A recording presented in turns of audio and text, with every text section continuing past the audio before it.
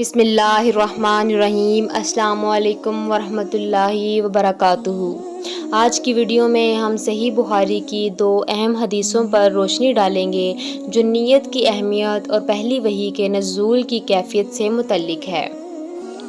رسول اللہ صلی اللہ علیہ وآلہ وسلم نے فرمایا، تمام اعمال کا دار و مدار نیت پر ہے اور ہر عمل کا نتیجہ ہر انسان کو اس کی نیت کے مطابق ہی ملے گا۔ بس جس کی ہجرت ترک وطن دولت دنیا حاصل کرنے کے لیے ہو یا کسی عورت سے شادی کی غرض سے ہو تو اس کی ہجرت انہی چیزوں کے لیے ہوگی جن کے حاصل کرنے کی نیت سے اس نے ہجرت کی ہے۔ یہ حدیث ہمیں بتاتی ہے کہ تمام اعمال کی کامیابی یا ناکامی ان کی نیت پر منحصر ہے۔ اگر نیت خالص اور صحیح ہو تو عمل بھی کامیاب ہوگا، چاہے وہ دنیاوی یا دینی ہو۔ ایک شخص حارث بن ہشام نامی نے حضرت محمد صلی اللہ علیہ وآلہ وسلم سے سوال کیا تھا کہ حضور، آپ پر وحی کیسے نازل ہوتی ہے؟ آپ صلی اللہ علیہ وآلہ وسلم نے فرمایا کہ وحی نازل ہوتے وقت کبھی مجھ کو گھنٹی کی سی آواز محسوس ہوتی ہے اور وحی کی یہ کیفیت مجھ پر بہت شاق گزرتی ہے۔ جب یہ کیفیت ختم ہوتی ہے تو میرے دل و دماغ پر اس فرشتے کے ذریعے نازل شدہ وحی محفوظ ہو جاتی ہے، اور کسی وقت ایسا ہوتا ہے کہ فرشتہ بشکل انسان میرے پاس آتا ہے اور مجھ سے کلام کرتا ہے، بس میں اس کا کہا ہوا یاد رکھ لیتا ہوں۔ حضرت عائشہ رضی اللہ عنہا کا بیان ہے کہ میں نے سخت کڑاکے کی سردی میں حضرت محمد صلی اللہ علیہ وآلہ وسلم کو دیکھا ہے کہ آپ صلی اللہ علیہ وآلہ وسلم پر وحی نازل ہوئی، اور جب اس کا سلسلہ موقوف ہوا تو آپ صلی اللہ علیہ وآلہ وسلم کی پیشانی پسینے سے شرابور تھی۔ حضرت محمد صلی اللہ علیہ وآلہ وسلم پر وحی کا ابتدائی دور اچھے سچے پاکیزہ خوابوں سے شروع ہوا۔ آپ خواب میں جو کچھ دیکھتے وہ صبح کی روشنی کی طرح صحیح اور سچا ثابت ہوتا۔ پھر من جانب خدا آپ تنہائی پسند ہو گئے اور آپ صلی اللہ علیہ وآلہ وسلم نے غار حرا میں خلوت نشینی اختیار فرمائی اور کئی دن اور رات وہاں مسلسل عبادت اور یاد الہی ذکر و فکر میں مشغول رہتے۔ جب تک گھر آنے کو دل نہ چاہتا توشہ ہمراہ لیے ہوئے وہاں رہتے، اور جب توشہ ختم ہونے پر ہی اہلیہ محترمہ حضرت ختیجہ رضی اللہ عنہا کے پاس تشریف لاتے اور کچھ توشہ ہمراہ لے کر پھر وہاں جا کر خلوت گزین ہو جاتے۔ یہی طریقہ جاری رہا یہاں تک کہ آپ پر حق منکشف ہو گیا اور آپ غار حرا ہی میں قیام پذیر تھے کہ اچانک حضرت جبرائیل علیہ السلام آپ کے پاس حاضر ہوئے اور کہنے لگے کہ اے محمد پڑھو۔ آپ فرماتے ہیں کہ میں نے کہا میں پڑھنا نہیں جانتا۔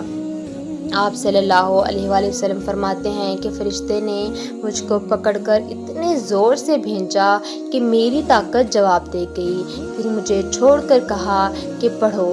میں نے پھر وہی جواب دیا کہ میں پڑھا ہوا نہیں ہوں۔ اس فرشتے نے مجھ کو نہایت ہی زور سے بھینچا کہ مجھ کو سخت تکلیف محسوس ہوئی، پھر اس نے کہا کہ پڑھ۔ میں نے کہا میں پڑھا ہوا نہیں ہوں۔ فرشتے نے تیسری بار مجھ کو پکڑا اور تیسری مرتبہ پھر مجھ کو بھینچا، پھر مجھے چھوڑ دیا اور کہنے لگا پڑھو اپنے رب کے نام کی مدد سے جس نے پیدا کیا اور انسان کو خون کی پھٹکی سے بنایا، پڑھو اور آپ کا رب بہت ہی مہربانیاں کرنے والا ہے۔ بس یہی آیتیں آپ حضرت جبرائیل علیہ السلام سے سن کر اس حال میں غار حرا سے واپس ہوئے کہ آپ کا دل اس انوکھے واقعہ سے کانپ رہا تھا۔ آپ حضرت ختیجہ کے ہاں تشریف لائے اور فرمایا کہ مجھے کمبل اوڑھا دو، مجھے کمبل اوڑھا دو۔ لوگوں نے آپ کو کمبل اوڑھا دیا۔ جب آپ کا ڈر جاتا رہا تو آپ نے اپنی زوجہ محترمہ حضرت خدیجہ رضی اللہ عنہا کو تفصیل کے ساتھ یہ واقعہ سنایا اور فرمانے لگے کہ مجھ کو اب اپنی جان کا خوف ہو گیا ہے۔ آپ کی اہلیہ محترمہ حضرت خدیجہ رضی اللہ عنہا نے آپ کی ڈھارس بندھائی اور کہا کہ آپ کا خیال صحیح نہیں ہے، خدا کی قسم آپ کو اللہ کبھی رسوا نہیں کرے گا، آپ تو اخلاق فاضلہ کے مالک ہیں۔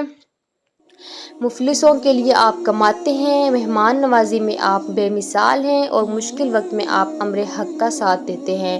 ایسے اوصاف حسنہ والا انسان یوں ہی بے وقت ذلت و خواری کی موت نہیں پا سکتا۔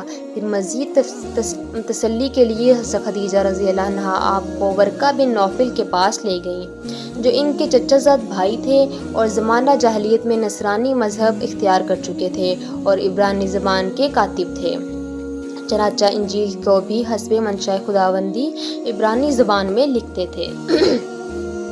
انجیل سریانی زبان میں نازل ہوئی تھی، پھر اس کا ترجمہ عبرانی زبان میں ہوا۔ ورقہ اس کو لکھتے تھے، وہ بہت بوڑھے ہو چکے تھے، یہاں تک کہ ان کی بینائی بھی رخصت ہو چکی تھی۔ حضرت خدیجہ رضی اللہ عنہا نے ان کے سامنے آپ کے حالات بیان کیے اور کہا، اے چچا زاد بھائی، اپنے بھتیجے محمد صلی اللہ علیہ وآلہ وسلم کی زبانی ذرا ان کی کیفیت سن لیجئے۔ وہ بولے کہ بھتیجے، آپ نے جو کچھ دیکھا ہے اس کی تفصیل سناؤ۔ چنانچہ آپ صلی اللہ علیہ وآلہ وسلم نے سارا واقعہ سنایا۔ چنانچہ آپ صلی اللہ علیہ وسلم نے از اول تاخیر پورا واقعہ سنایا، جسے سن کر ورقہ بے اختیار ہو کر بول اٹھے کہ یہ تو وہی ناموس معزز رازدان فرشتہ ہے جسے اللہ نے حضرت موسیٰ علیہ السلام پر وحی دے کر بھیجا تھا۔ کاش میں آپ کے اس عہد نبوت کے شروع ہونے پر جوان عمر ہوتا۔ کاش میں اس وقت تک زندہ رہتا جب کہ آپ کی قوم آپ کو اس شہر سے نکال دے گی۔ رسول اللہ صلی اللہ علیہ وآلہ وسلم نے یہ سن کر تعجب سے پوچھا، کیا وہ لوگ مجھ کو نکال دیں گے؟ تو ورقہ بن نوفل بولے، حالانکہ میں تو آپ صلی اللہ علیہ وسلم نے فرمایا، حالانکہ میں تو ایک صادق و امین مقبول ہوں۔ ورقہ بولا، ہاں یہ سب کچھ سچ ہے، مگر جو شخص بھی آپ کی طرح امر حق لے کر آیا، لوگ اس کے دشمن ہی ہو گئے ہیں۔ اگر مجھے آپ کی نبوت کا وہ زمانہ مل جائے تو میں آپ کی پوری مدد کروں گا۔ مگر ورقہ کچھ دنوں کے بعد ہی انتقال کر گئے، بس پھر کچھ عرصہ وحی کا سلسلہ موقوف رہا۔ آپ صلی اللہ علیہ وسلم نے وحی کے رک جانے کے زمانے کے حالات بیان فرماتے ہوئے کہا کہ ایک روز میں چلا جا رہا تھا کہ اچانک میں نے آسمان کی طرف ایک آواز سنی اور میں نے اپنا سر آسمان کی طرف اٹھایا۔ کیا دیکھتا ہوں کہ وہی فرشتہ جو میرے پاس غار حرا میں آیا تھا، وہ آسمان و زمین کے بیچ میں ایک کرسی پر بیٹھا ہوا ہے۔ میں اس سے ڈر گیا اور گھر آنے پر میں نے پھر کمبل اوڑھنے کی خواہش ظاہر کی۔ تو پھر یہ آیت نازل ہوئی، اے لحاف اوڑھ کر لیٹنے والے، اٹھ کھڑا ہو اور لوگوں کو عذاب الہی سے ڈرا اور اپنے رب کی بڑائی بیان کر اور اپنے کپڑوں کو پاک صاف رکھ اور گندگی سے دور رہ۔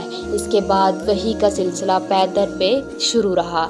امید ہے کہ آپ کو آج کی ویڈیو پسند آئی ہوگی۔ نبی صلی اللہ علیہ وآلہ وسلم کی پہلا وحی کا واقعہ اور نیت کی اہمیت پر بات چیت نے ہمیں یہ سبق سکھایا کہ ہر عمل کی کامیابی اور قبولیت کا دار و مدار ہماری نیت پر ہوتا ہے۔ اگر آپ کو ہماری ویڈیوز مفید اور معلومات لگتی ہیں تو براہ کرم ویڈیو کو لائک کریں، ہمارے چینل کو سبسکرائب کریں اور کمنٹس میں اپنی رائے کا اظہار کریں۔ آپ کی سپورٹ ہمارے لیے بہت قیمتی ہے۔ اللہ ہمیں نیک نیتی اور صحیح اعمال کی توفیق عطا فرمائے۔ اللہ حافظ اور اگلی ویڈیو تک کے لیے دعاؤں میں یاد رکھیے گا۔ جزاک اللہ خیرہ۔